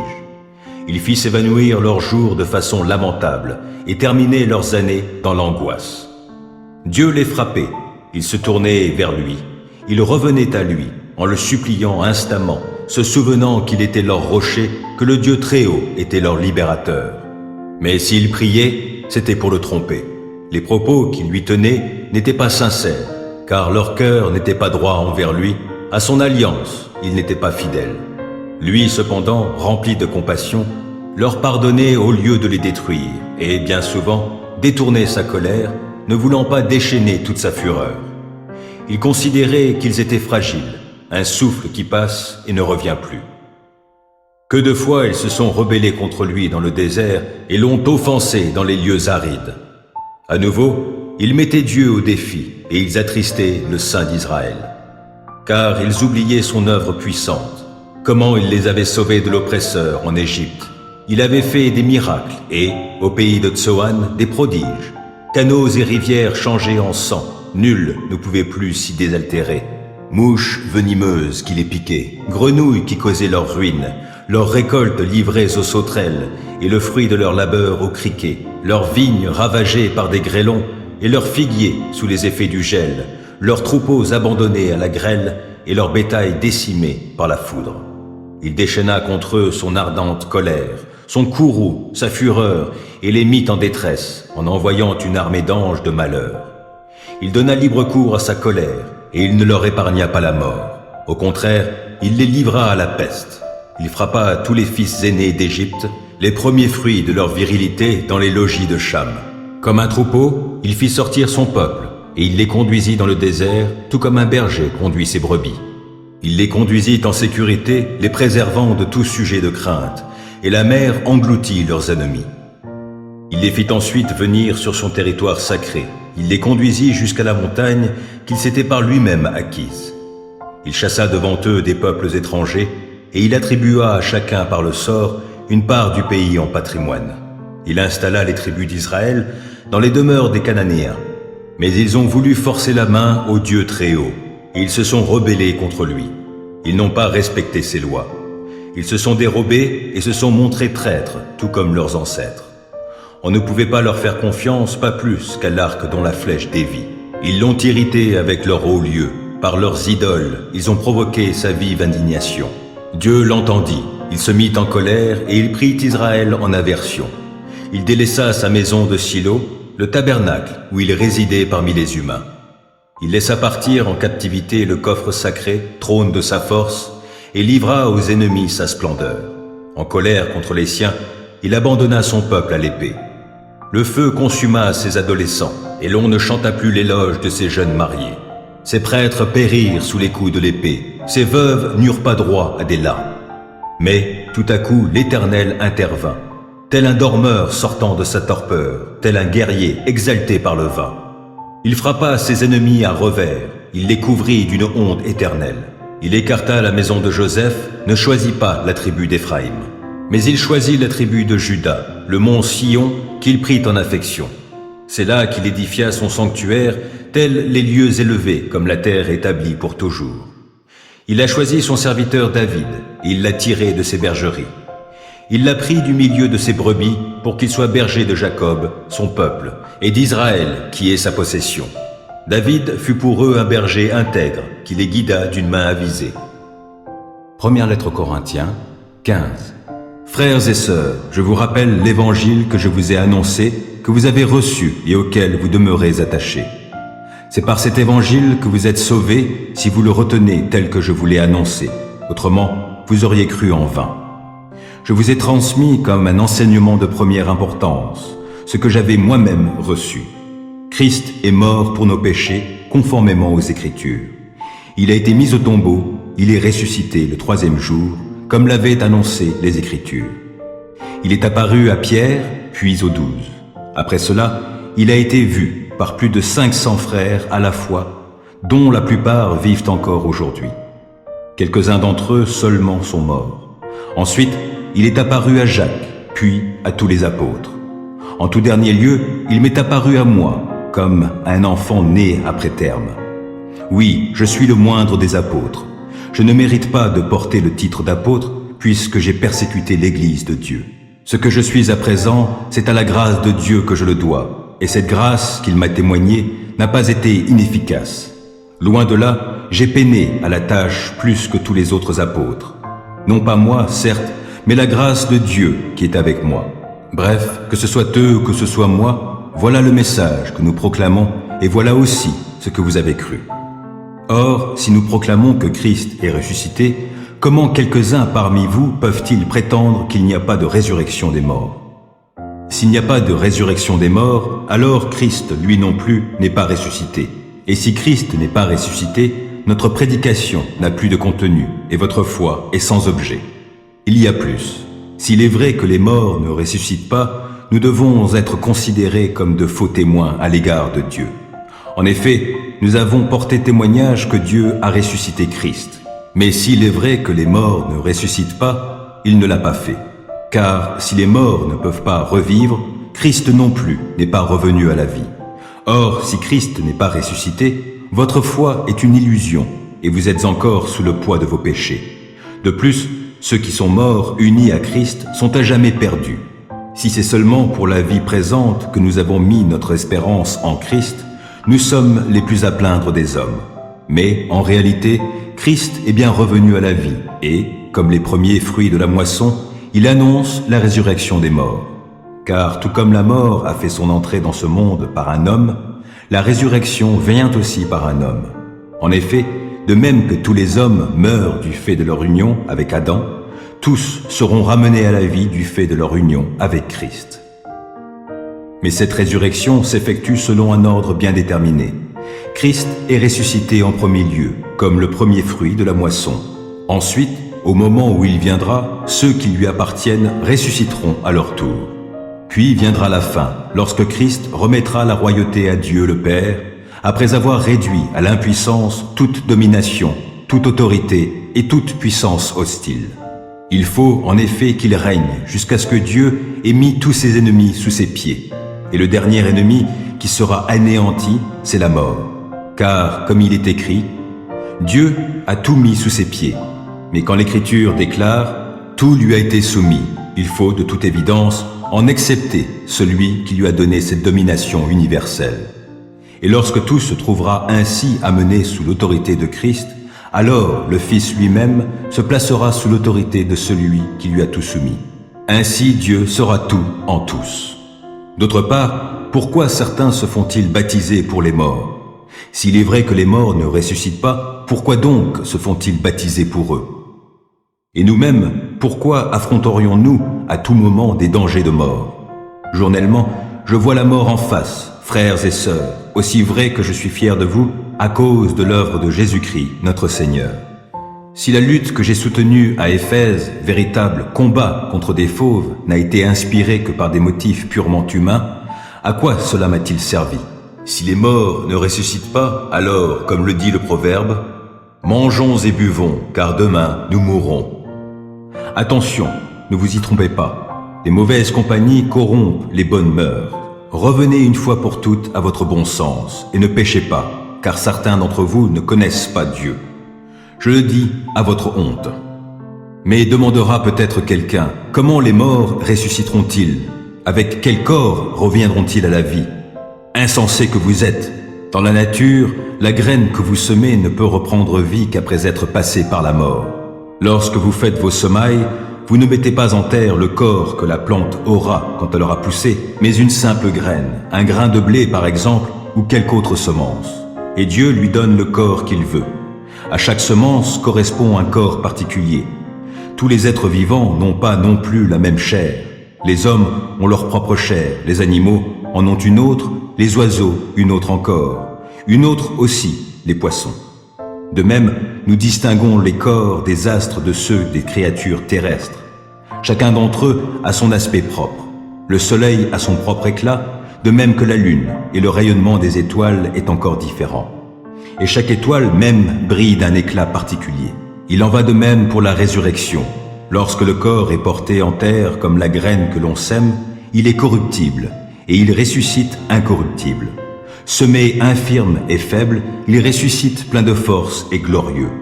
Ce que l'on enterre, c'est un corps doué de la seule vie naturelle. Ce qui revit, c'est un corps dans lequel règne l'Esprit de Dieu. Aussi vrai qu'il existe un corps doté de la seule vie naturelle, il existe aussi un corps régi par l'Esprit. L'Écriture ne déclare-t-elle pas « Le premier homme, Adam, devint un être vivant, doué de la vie naturelle » Le dernier Adam est devenu, lui, un être qui, animé par l'Esprit, communique la vie. Mais ce qui vient en premier lieu, ce n'est pas ce qui appartient au règne de l'esprit, c'est ce qui appartient à l'ordre naturel. Ce qui appartient au règne de l'esprit ne vient qu'ensuite. Le premier homme, formé de la poussière du sol, appartient à la terre. Le second homme appartient au ciel. Or, tous ceux qui ont été formés de poussière sont semblables à celui qui a été formé de poussière. De même aussi, ceux qui appartiennent au ciel sont semblables à celui qui appartient au ciel. Et comme nous avons porté l'image de l'homme formé de poussière, nous porterons aussi l'image de l'homme qui appartient au ciel. Ce que je dis, frères et sœurs, c'est que notre corps de chair et de sang ne peut accéder au royaume de Dieu. Ce qui est corruptible ne peut avoir part à l'incorruptibilité. Voici, je vais vous révéler un mystère. Nous ne passerons pas tous par la mort, mais nous serons tous transformés en un instant, en un clin d'œil, au son de la trompette dernière. Car lorsque cette trompette retentira, les morts ressusciteront pour être désormais incorruptibles, tandis que nous serons changés. En effet, ce corps corruptible doit se revêtir d'incorruptibilité et ce corps mortel doit se revêtir d'immortalité. Lorsque ce corps corruptible aura revêtu l'incorruptibilité et que ce corps mortel aura revêtu l'immortalité, alors se trouvera réalisée cette parole de l'Écriture. La victoire totale sur la mort a été remportée. Ô mort, qu'est devenue ta victoire? Ô mort, où est ton dard? Le dard de la mort, c'est le péché, et le péché tire sa force de la loi. Mais loué soit Dieu qui nous donne la victoire par notre Seigneur Jésus-Christ. C'est pourquoi, mes chers frères et sœurs, soyez fermes, ne vous laissez pas ébranler, travaillez sans relâche pour le Seigneur, sachant que la peine que vous vous donnez au service du Seigneur n'est pas inutile. Ésaïe 27. Ce jour-là, l'Éternel interviendra avec sa dure épée, sa grande et forte épée, contre le Léviathan, le serpent fugitif, contre le Léviathan, le serpent tortueux. Il le tuera, ce monstre qui habite la mer. Ce jour-là, on dira, « Chantez la vigne au beau raisin, c'est moi l'Éternel qui la garde. En tout temps, je l'arrose. De peur que l'on s'en prenne à elle, nuit et jour je la garde. Ma colère est passée, et s'il se trouve des ronces, des épines, je marcherai contre elles pour leur faire la guerre, et j'y mettrai le feu. À moins qu'on me prenne pour refuge et rempart, qu'on fasse la paix, oui, la paix avec moi. Dans les jours à venir, Jacob prendra racine, Israël fleurira et fera des bourgeons. Il couvrira de fruits la surface du monde. L'Éternel les a-t-il frappés comme il a frappé ceux qui leur donnaient des coups?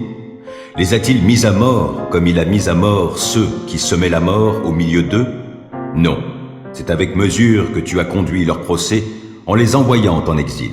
Tu les as enlevés par ton souffle terrible en un jour de vent d'Est.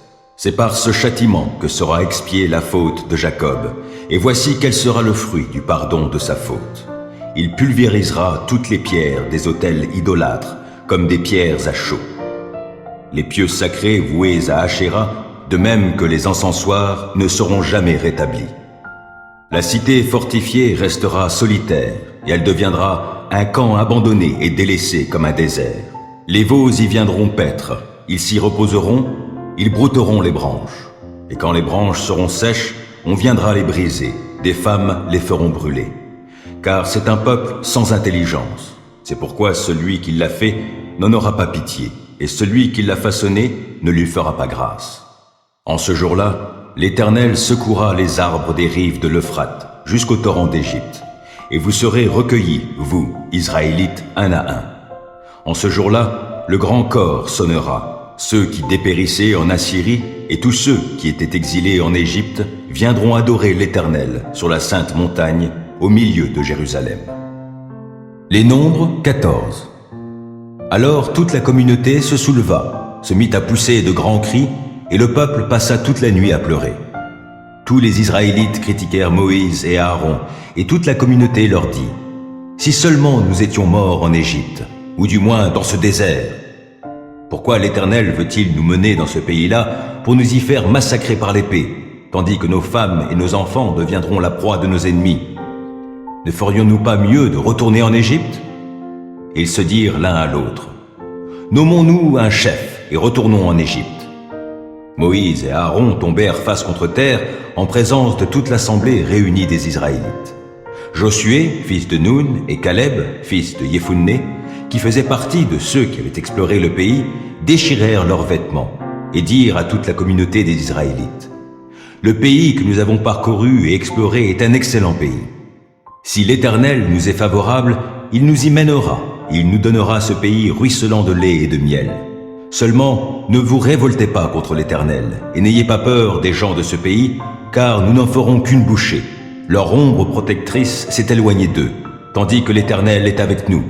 Ne les craignez donc pas. » Toute la communauté parlait de les lapider quand la gloire de l'Éternel apparut sur la tente de la rencontre aux yeux de tous les Israélites. L'Éternel dit à Moïse: « Combien de temps ce peuple me méprisera-t-il encore ? Quand cessera-t-il de me refuser sa confiance alors que j'ai produit au milieu d'eux tant de manifestations extraordinaires ? Je vais le frapper de la peste pour l'exterminer, puis je formerai, à partir de toi, un peuple plus nombreux et plus puissant que lui. » Moïse répondit à l'Éternel: « Les Égyptiens savent que c'est toi qui as fait sortir ce peuple de chez eux par ta puissance. Et ils l'ont dit aux habitants de ce pays, qui ont appris que toi, Éternel, tu es parmi ce peuple à qui toi, Éternel, tu apparais de façon visible, que ta nuée se tient au-dessus d'eux, que tu marches à leur tête dans une colonne de nuée le jour et dans une colonne de feu la nuit. Si tu fais périr ce peuple tout entier, les autres peuples qui ont entendu parler de toi diront: l'Éternel n'était pas capable de faire entrer ce peuple dans le pays qu'il leur avait promis par serment. Il les a massacrés dans le désert. Maintenant, de grâce, que la puissance du Seigneur se manifeste dans toute sa force, selon ce que tu as déclaré en disant: l'Éternel est patient et riche en amour, il pardonne faute et péché, mais il n'acquitte pas le coupable, et il fait payer au fils le péché des pères jusqu'à la 3e, voire la 4e génération. Pardonne, je te prie, la faute de ce peuple, en vertu de ton immense amour, tout comme tu n'as cessé de pardonner à ce peuple depuis qu'il est sorti d'Égypte. » L'Éternel répondit: « Je lui pardonne comme tu l'as demandé. Néanmoins, aussi vrai que je suis vivant et que toute la terre sera remplie de la gloire de l'Éternel, aucun de ces hommes qui ont vu ma gloire et les manifestations extraordinaires que j'ai produites en Égypte et dans le désert, qui ont déjà 10 fois voulu me forcer la main et qui ne m'ont pas obéi, aucun de ces hommes ne verra le pays que j'ai promis par serment à leurs ancêtres. Aucun de ceux qui m'ont méprisé n'y entrera. Mais mon serviteur Caleb a été animé d'un esprit différent. Il m'a obéi sans hésitation jusqu'au bout. C'est pourquoi je le ferai entrer dans le pays où il s'est déjà rendu, et ses descendants en hériteront. Comme les Amalécites et les Cananéens demeurent dans la vallée, dès demain, vous ferez demi-tour et vous retournerez au désert, en direction de la mer des roseaux. » L'Éternel poursuivit en disant à Moïse et à Aaron: « Combien de temps encore vais-je laisser cette communauté rebelle se plaindre contre moi? Car j'ai bien entendu les plaintes incessantes des Israélites contre moi. Dis-leur: aussi vrai que je suis vivant, parole de l'Éternel, je vous traiterai selon les plaintes que vous m'avez exprimées. Vos cadavres tomberont dans ce désert. Vous tous qui avez été recensés, vous qui avez donc 20 ans et plus, puisque vous vous êtes plaints contre moi, en aussi grand nombre que vous êtes, vous n'entrerez pas dans le pays où j'avais promis par serment de vous installer. Excepté Caleb, fils de Jephunné, et Josué, fils de Nun. Mais vos enfants, dont vous avez dit qu'ils deviendraient la proie de l'ennemi, je les y conduirai, et ils connaîtront le pays que vous avez méprisé. Quant à vous, vos cadavres tomberont dans le désert, où vos fils seront nomades pendant 40 ans. Ils supporteront ainsi les conséquences de votre infidélité à mon égard, jusqu'à ce que le désert ait englouti tous vos cadavres. Vous avez mis 40 jours à reconnaître le pays, eh bien, vous porterez les conséquences de vos fautes durant 40 ans, une année pour chaque jour. Ainsi, vous saurez ce qu'il en coûte de m'abandonner. Moi, l'Éternel, j'ai parlé. Oui, c'est ainsi que je traiterai cette communauté rebelle qui s'est liguée contre moi. Ils disparaîtront dans ce désert, c'est là qu'ils mourront. Les hommes que Moïse avait envoyés reconnaître le pays et qui, à leur retour, avaient entraîné toute l'assemblée à se plaindre contre lui en décriant le pays, ces hommes qui avaient débité de mauvais propos contre le pays moururent frappés d'une mort brutale devant l'Éternel. Des hommes qui étaient allés prospecter le pays, seuls Josué, fils de Nun, et Caleb, fils de Jephunné, restèrent en vie. Quand Moïse rapporta ces paroles aux Israélites, le peuple se livra à de grandes lamentations. Le lendemain, ils se levèrent de bon matin et montèrent vers les hauteurs de la région montagneuse en disant « Nous avons péché, mais à présent nous allons marcher vers le lieu dont l'Éternel a parlé. » Moïse leur déclara « Pourquoi passez-vous outre à ce qu'a dit l'Éternel? Vous allez au-devant d'un échec. N'y allez pas, car l'Éternel n'est pas au milieu de vous. N'allez donc pas vous faire battre par vos ennemis. Car vous trouverez les Amalécites et les Cananéens sur votre chemin, et vous vous ferez massacrer. Comme vous vous êtes détournés de l'Éternel, il ne sera pas avec vous. » Dans leur présomption, ils montèrent quand même vers les hauteurs de la région montagneuse. Mais ni le coffre de l'alliance de l'Éternel, ni Moïse ne quittèrent le camp. Les Amalécites et les Cananéens qui demeuraient sur les montagnes descendirent, les battirent et les écrasèrent en les poursuivant jusqu'à Horma. 2 Samuel 21. Pendant le règne de David, une famine sévit pendant 3 années. David en demanda avec instance la raison à l'Éternel, et l'Éternel lui répondit. Cela arrive parce que Saül et sa famille sanguinaire ont fait périr les Gabaonites. Le roi convoqua les survivants des Gabaonites pour leur parler. Les Gabaonites n'étaient pas des Israélites, mais ce qui restait des Amoréens. Les Israélites s'étaient liés à eux par un serment. Malgré cela, Saül avait cherché à les exterminer dans son zèle nationaliste pour les Israélites et les Judéens. David demanda aux Gabaonites « Que puis-je faire pour vous ? Comment pourrais-je expier le mal que vous avez subi afin que vous bénissiez le peuple qui appartient à l'Éternel » Les Gabaonites lui répondirent « Ce n'est pas avec de l'argent ou de l'or que pourra se régler notre différend avec Saül et sa famille, et il ne nous appartient pas de faire mourir quelqu'un en Israël. » Le roi leur dit « Que demandez-vous donc ? Je ferai pour vous ce que vous demanderez. » Ils répondirent au roi « Cet homme voulait nous exterminer, et il avait projeté de nous faire disparaître de tout le territoire d'Israël.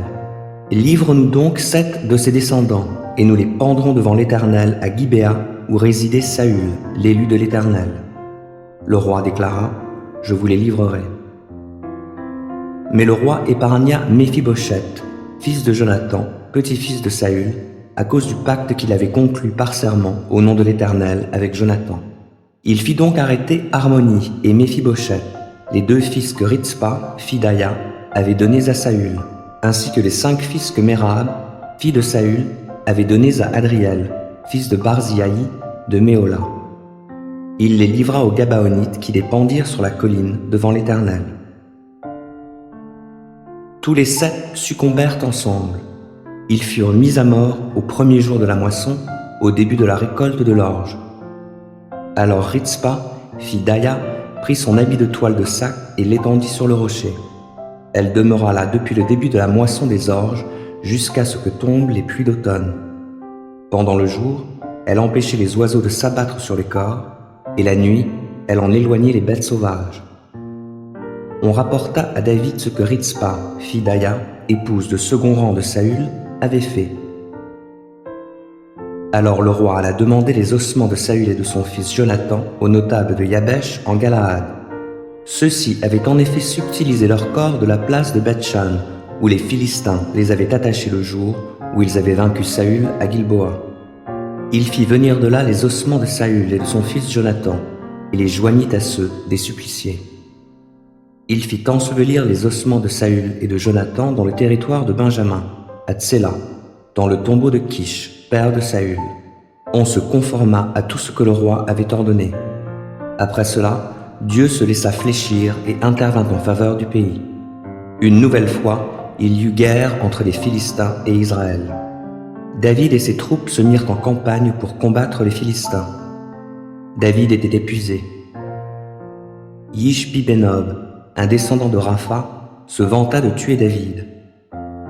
Il était ceint d'une épée neuve et portait un javelot dont la pointe de bronze pesait plus de 3 kg. Mais Abishai, fils de Tserouia, vint au secours de David et mit à mort le Philistin. Alors les hommes de David adjurèrent le roi de ne plus venir avec eux au combat pour ne pas risquer de mettre le guide d'Israël en péril. Plus tard, à l'occasion d'une nouvelle bataille avec les Philistins, à Gob, Sibécaï, le Hushatite, tua Sa, un descendant de Rapha. lors d'un autre combat contre les Philistins à Gob, Elanan, fils de Yaharé-Oregim de Bethléem, tua Goliath de Gath, qui avait une lance dont le bois était aussi gros que le cylindre d'un métier à tisser. Dans une autre bataille à Gath, un champion, lui aussi descendant de Rapha, et qui avait 6 doigts à chaque main et à chaque pied, c'est-à-dire 24 en tout, lança un défi à Israël. Jonathan, fils de Chiméa, le frère de David, le tua. Ces 4 descendants de Rapha, nés à Gath, succombèrent devant David et ses hommes. 1 Samuel 25. À cette époque, Samuel mourut, et tout Israël se rassembla pour célébrer son deuil. On l'enterra chez lui, à Rama. David se mit en route et se retira au désert de Paran. À Maon vivait un homme très riche, qui avait des propriétés dans le village de Carmel. Il possédait 3000 moutons et 1000 chèvres. À cette époque, il se trouvait à Carmel pour la tonte de ses moutons. Cet homme, un descendant de Caleb, s'appelait Nabal. Sa femme, Abigail, était très intelligente et belle, tandis que son mari était dur et méchant. David apprit au désert que Nabal pondait ses moutons. Il chargea 10 de ses hommes d'aller le trouver à Carmel et de le saluer de sa part. « Voici comment vous lui parlerez, leur dit-il. Longue vie à toi, que la paix soit avec toi et avec ta maison, que toutes tes affaires prospèrent. J'apprends qu'on fait la tonte de tes moutons. Tant que tes bergers ont été avec nous, nous ne leur avons fait aucun tort. Rien n'a été dérobé de leurs troupeaux pendant tout leur séjour à Carmel. Interroge tes serviteurs, ils te le confirmeront. Puissent donc mes serviteurs trouver également bon accueil auprès de toi, puisque nous arrivons en ce jour de fête. Donne-leur donc, je te prie, ce que tu auras sous la main pour tes serviteurs et ton fils David. » Les jeunes compagnons de David allèrent et répétèrent à Nabal toutes ces paroles au nom de David. Puis ils attendirent. Nabal leur répondit, « Qui est David et qui est le fils d'Isaïe ? De nos jours, il y a trop de serviteurs qui s'enfuient de chez leur maître. Et vous croyez que je vais prendre de mon pain, de mon eau et de ma viande, que j'ai fait débiter pour mes tondeurs, pour les donner à des gens venus de je ne sais où ?» Les serviteurs de David repartirent et rentrèrent. Ils rapportèrent intégralement à David la réponse de Nabal. Alors David ordonna à ses hommes, « Que chacun prenne son épée. » Et chacun mit son épée à sa ceinture. David aussi ceignit la sienne et partit avec environ 400 hommes, laissant les 200 autres pour garder leurs affaires. L'un des serviteurs de Nabal alla informer Abigail de ce qui s'était passé.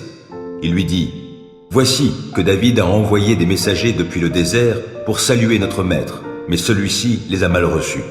Pourtant, ces gens ont été très bons pour nous. Ils ne nous ont jamais fait aucun mal, et rien n'a disparu pendant tout le temps que nous étions auprès d'eux dans la campagne. Ils nous ont protégés comme un rempart, nuit et jour, pendant tout le temps que nous avons passé avec eux auprès des moutons. Maintenant, réfléchis bien et vois ce que tu peux faire. Car si tu ne fais rien, certainement il arrivera malheur à notre maître et à toute sa famille.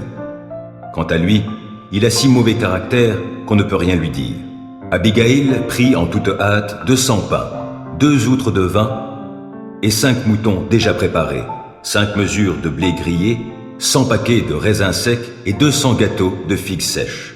Elle chargea le tout sur des ânes et elle ordonna à ses serviteurs, « Passez devant, je vous suis. » Son mari, Nabal, ne savait rien de tout cela. Installée sur son âne, elle descendait, cachée par la montagne. En même temps, David et ses hommes descendaient le versant opposé dans sa direction et elle se trouva bientôt face à eux.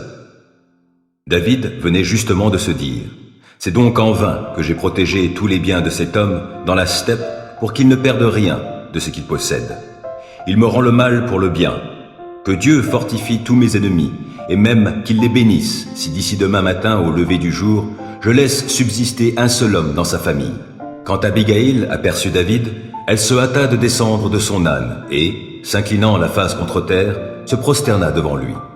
Puis elle se jeta à ses pieds et lui dit, « Mon Seigneur, fais comme si tout cela était ma faute. Permets à ta servante de t'adresser quelques mots d'explication et daigne écouter ses paroles. Que mon Seigneur ne fasse donc pas attention à ce bon arien de Nabal, car vraiment, il porte bien son nom. Il s'appelle Nabal, l'insensé, et c'est bien vrai qu'il est insensé. Moi, ta servante, je n'ai pas vu les serviteurs que mon Seigneur a envoyés. Mais maintenant, mon Seigneur, aussi vrai que l'Éternel est vivant et que tu l'es toi-même, c'est l'Éternel qui t'a empêché de t'engager dans la voie du meurtre et de te venger toi-même. Que les ennemis de mon Seigneur et ceux qui lui veulent du mal deviennent comme Nabal. À présent, veuille accepter ces présents que moi, ta servante, j'apporte à mon Seigneur et les distribuer aux jeunes gens qui suivent mon Seigneur. Veuille aussi pardonner la faute de ta servante. Certainement, l'Éternel ne manquera pas d'accorder à mon Seigneur une dynastie stable, car mon Seigneur livre les guerres de l'Éternel et, si l'on considère toute la durée de ta vie, on ne te trouve coupable d'aucun mal. Si quelqu'un s'avise de te poursuivre pour t'ôter la vie, l'Éternel ton Dieu gardera la vie de mon Seigneur pour que tu restes au nombre des vivants. Mais il jettera la vie de tes ennemis au loin, comme avec une fronde. Lorsque l'Éternel aura accompli pour mon Seigneur tous les bienfaits qu'il t'a promis et qu'il t'aura institué comme chef d'Israël, alors mon Seigneur n'aura ni remords ni trouble de conscience pour avoir tué quelqu'un inutilement et s'être vengé lui-même. L'Éternel fera du bien à mon Seigneur et tu te souviendras de ta servante. David répondit à Abigaïl, « Béni soit l'Éternel, le Dieu d'Israël, de t'avoir envoyé aujourd'hui sur ma route. Béni sois-tu pour ton bon sens. Béni sois-tu de m'avoir préservé d'en venir au meurtre et de me venger moi-même. Vraiment, l'Éternel, le Dieu d'Israël, m'a empêché de vous faire du mal. Car je te le jure, aussi vrai qu'il est vivant, si tu n'étais pas venu me trouver si rapidement, il ne serait pas resté un seul homme à Nabal d'ici demain matin. » David accepta les présents qu'elle lui avait apportés et lui dit, « Rentre chez toi en paix. Je t'ai entendu et j'agirai comme tu me l'as demandé. » Lorsqu'Abigaïl arriva à la maison, elle y trouva Nabal en train de festoyer comme un roi. Il était tout joyeux et complètement ivre. Aussi ne le mit-elle au courant de rien avant le lendemain matin. Alors, au matin, quand son ivresse fut dissipée, elle lui raconta ce qui s'était passé. Il en eut une attaque et resta paralysé. Environ 10 jours plus tard, l'Éternel le frappa de nouveau et il mourut. Quand David apprit que Nabal était mort, il s'écria « Béni soit l'Éternel qui a pris ma cause en main. Il a lui-même lavé l'affront que Nabal m'avait fait et l'a puni pour sa méchanceté, tout en me préservant de commettre le mal. » Puis David envoya des messagers vers Abigaïl pour lui proposer de devenir sa femme. En arrivant chez elle, à Carmel, ils lui parlèrent ainsi. « David nous a envoyés vers toi, parce qu'il désire que tu deviennes sa femme. » Aussitôt, elle se prosterna, le visage contre terre, et dit « Je suis prête à être une esclave pour laver les pieds des serviteurs de mon Seigneur. » Puis elle se mit promptement en route à Dodan et suivit les messagers de David, accompagnée par 5 de ses servantes. C'est ainsi qu'elle devint la femme de David. Comme il avait déjà épousé Ahinoam de Jizréel, il les eut toutes les deux pour femmes. Saül avait donné sa fille Michal, femme de David, à Palti, fils de Laïch de Galim.